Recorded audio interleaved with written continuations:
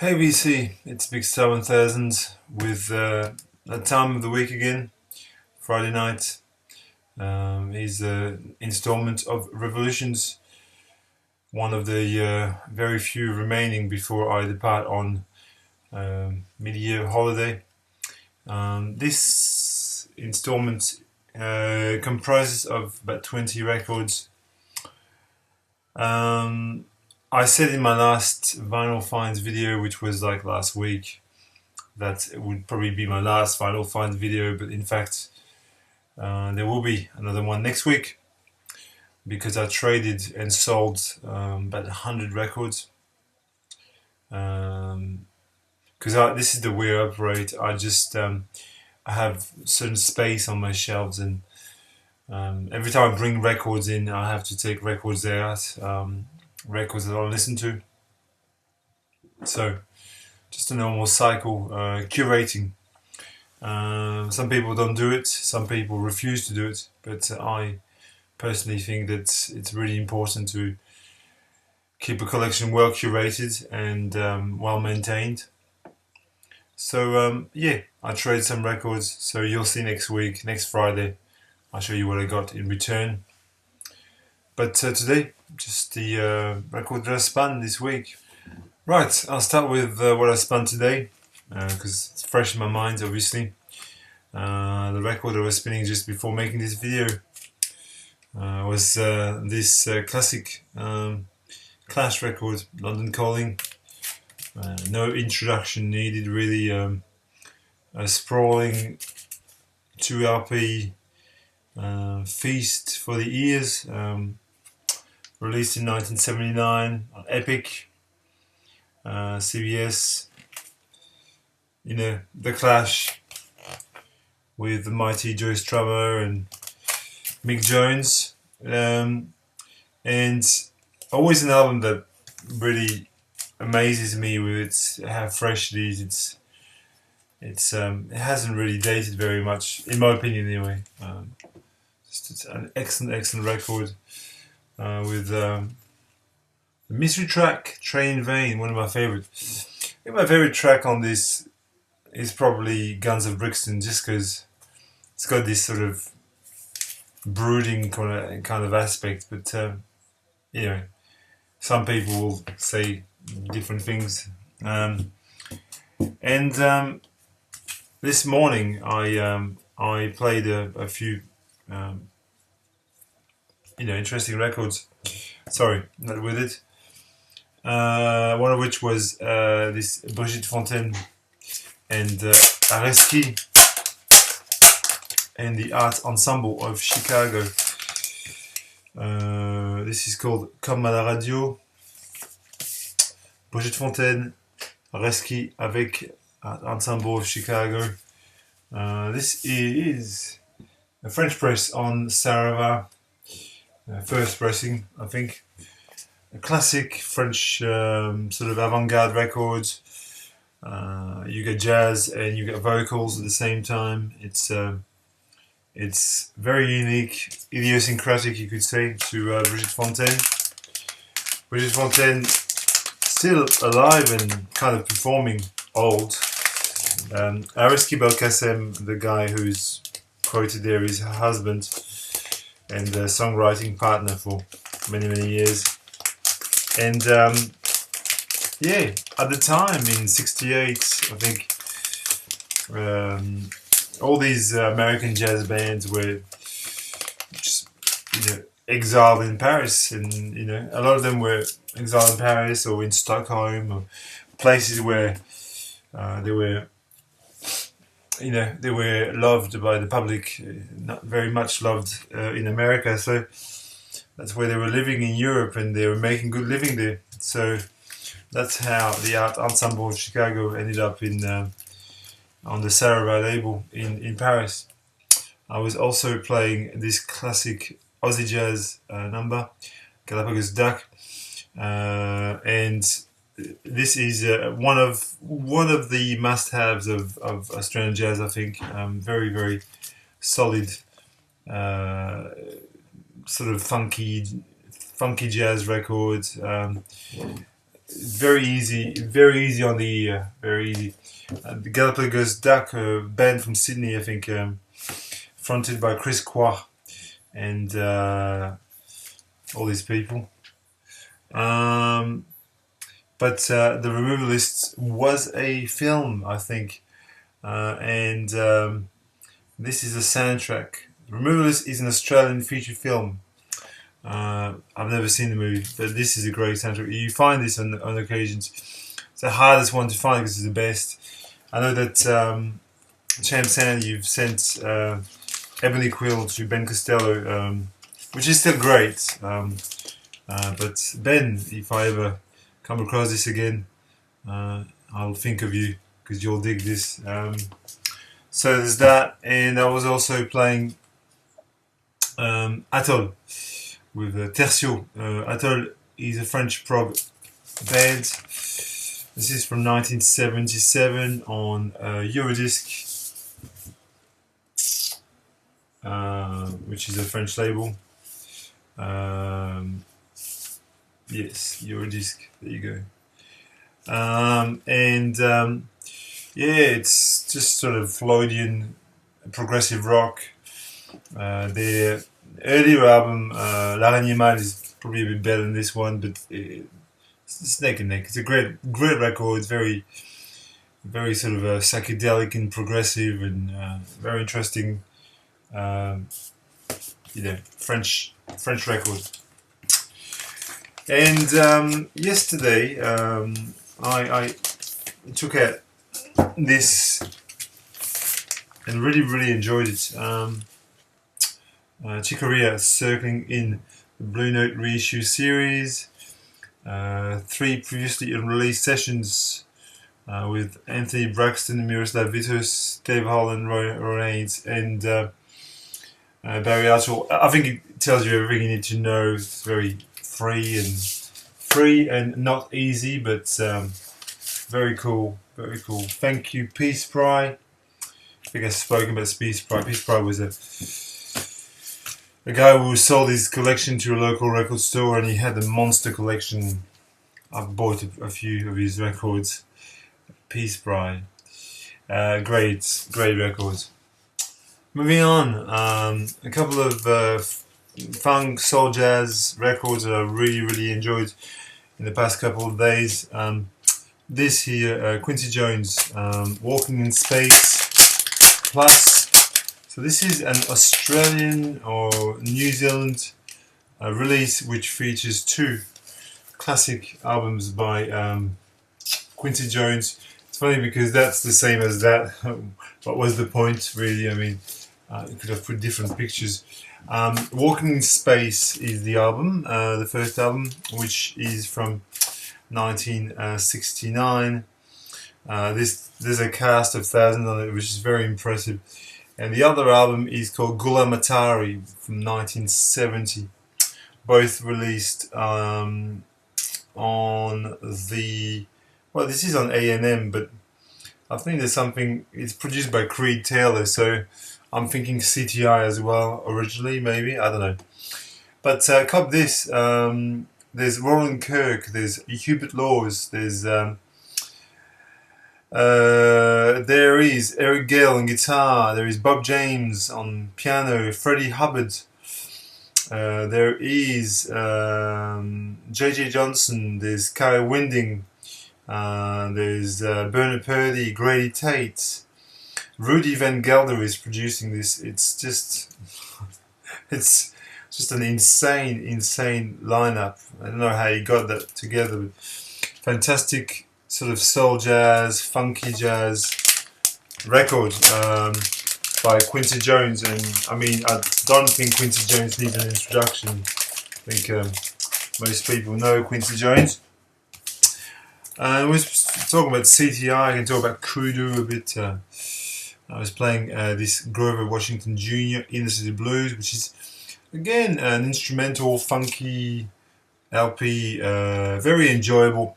Not the greatest piece of music ever recorded, but has something really endearing about it. And again, the lineup is to die for. Bob James again, Ron Carter, Idris Muhammad, Eric Gale, much the same lineup.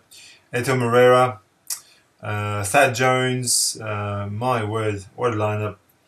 Paul Winter, very, very, very cool. Inner City Blues with the Marvin Gaye cover, Inner City Blues, obviously, and many other songs which are, as I said, really enjoyable. Not groundbreaking or anything, but really good. Speaking of groundbreaking, I was playing Bridges, and I had a little bit of interaction with Cham San online.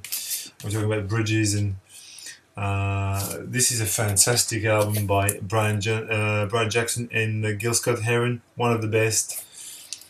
I really like. There's a track called "Racetrack in France," which not because I'm French I like it, but I just like that track. It's a great track. This is from 1977 on Arista.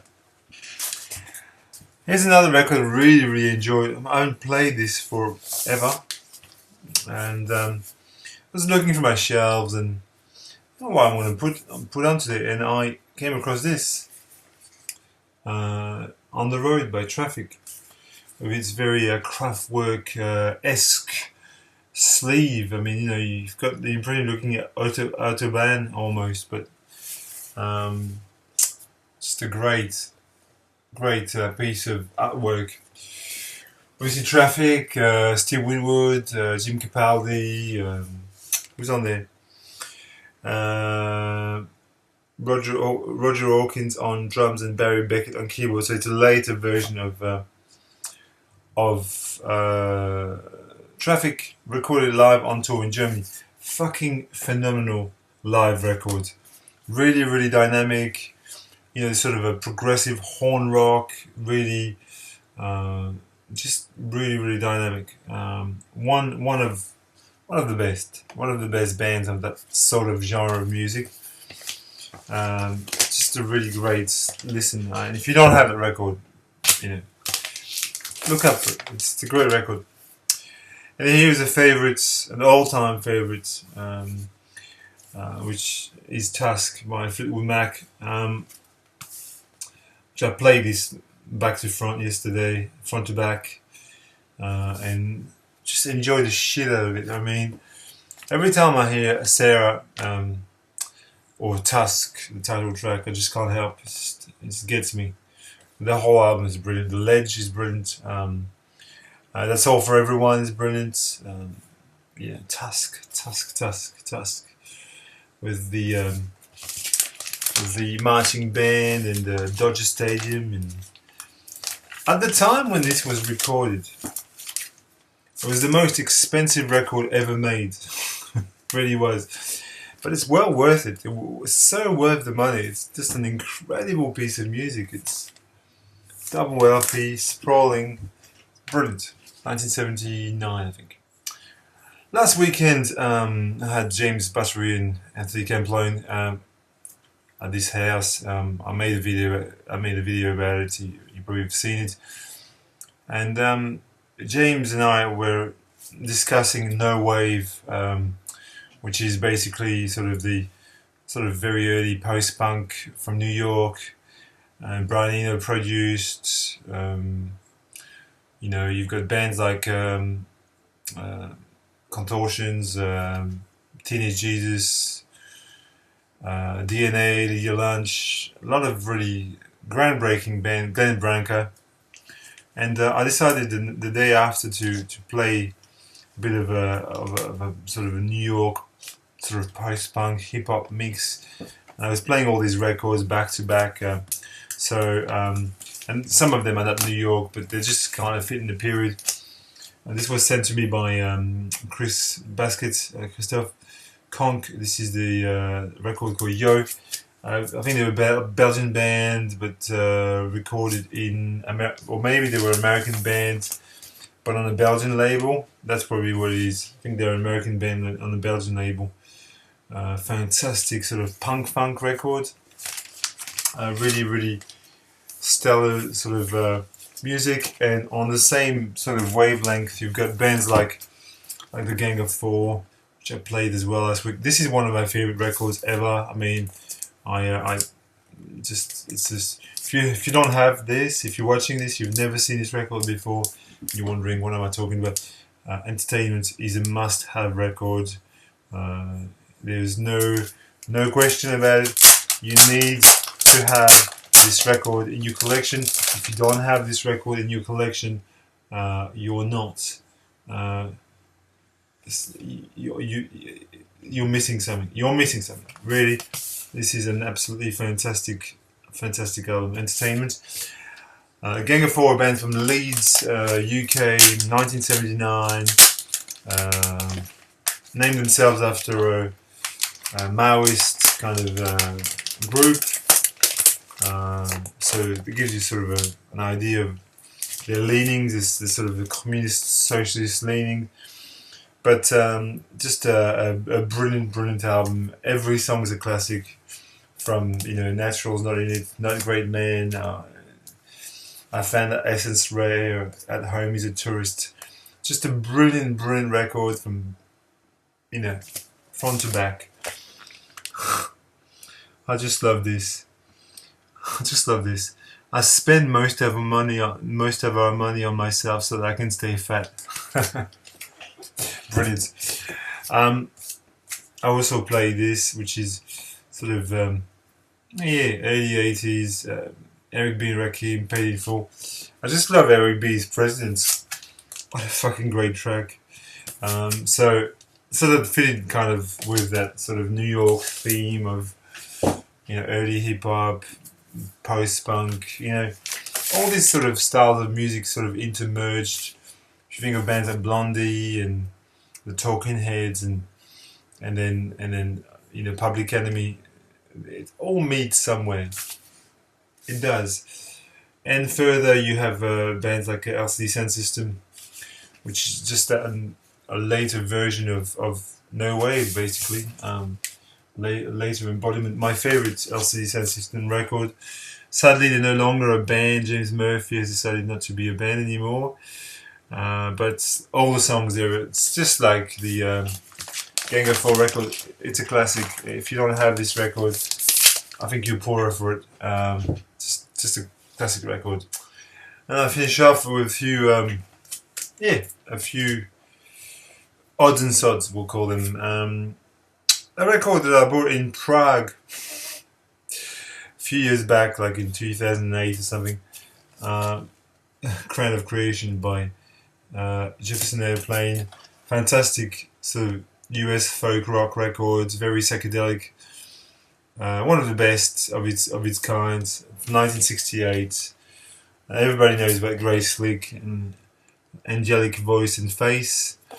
This is a great record. Crown of Creation, US press. It's one of the first presses, but it's got the Best Buy series, and I can't find any sort of info on that. But it looks like a very early press. Here is the African answer, I think Nigerian answer to James Brown. People think Fela Kuti, but this band Matata, they just sound like James Brown. I mean, they sound like James Brown, and they're African. I think they're from Nigeria. I'm almost certain. This is on President Records. A great African record, really funky, in the James Brown kind of a way. In a totally different, on a totally different plane of existence. I was playing Lodger by Bowie. One of the three records that make the Berlin trilogy, along with Heroes and Low. Lodger is one of them. Recorded mostly in Montreux, Switzerland, and somewhere else, maybe in France as well. But still part of the Berlin trilogy. Brian Eno produced. A great record. You can hear where Blur got their sound on this. It's there. Blur took it from Lodger. A reggae, dub reggae poetry, early joint from England. but still a Jamaican record, but from England. Linton Kwesi Johnson with Dread Beat and Blood. I think this was originally released as Poet and the Roots, but re-released as under the name Linton Kwesi Johnson. If you're not familiar with Linton Kwesi Johnson, check out Bass Culture and the Forces of Victory as well. This is a stellar record as well. Should Be in Blood, 1978, originally on Virgin. This is an American press on Heartbeat, but a great piece of music. Classic. John Cale, Paris, 1919. Lyrically brilliant, musically impeccable. Record from 1973. Perhaps the greatest year in music. 1973. Two more of the same kind of period. Australian band from Melbourne. Dead Can Dance. Their best album, probably. Within the Realm of a Dying Sun. Just amazing record. I mean, you could argue it's not their best, but I think it's their best record, in my opinion. That, Serpent's Egg. Yeah. Live record as well is great. The White live record, Towards the Within, is great. Yes, that's it. But Lisa Gerrard and Brendan Perry, geniuses, brilliant. If you like the Cocker Twins, dig this. And finally, another masterpiece, a must own for anyone that likes music. Eden by Everything But the Girl, one of my favorite bands on Blanco and Negro records. The vocals of Tracy Thorns mixed with the musical genius of Ben Watts. This goes from sort of bossa nova to sort of bebop jazz to singer-songwriter. It just goes, it's just an amazing piece of music. 1984, I think it's the second record by Everything But the Girl. And I'll finish with this. I hope you enjoyed, and if you didn't, it doesn't matter, it didn't cost you anything. If you did, leave me some comments. I would love to hear from you. And if I've gone too long on some records, I'm sorry. It's just, I'm tired. That's all I say. So next week there'll be a new vinyl finds. So hang in there, VC.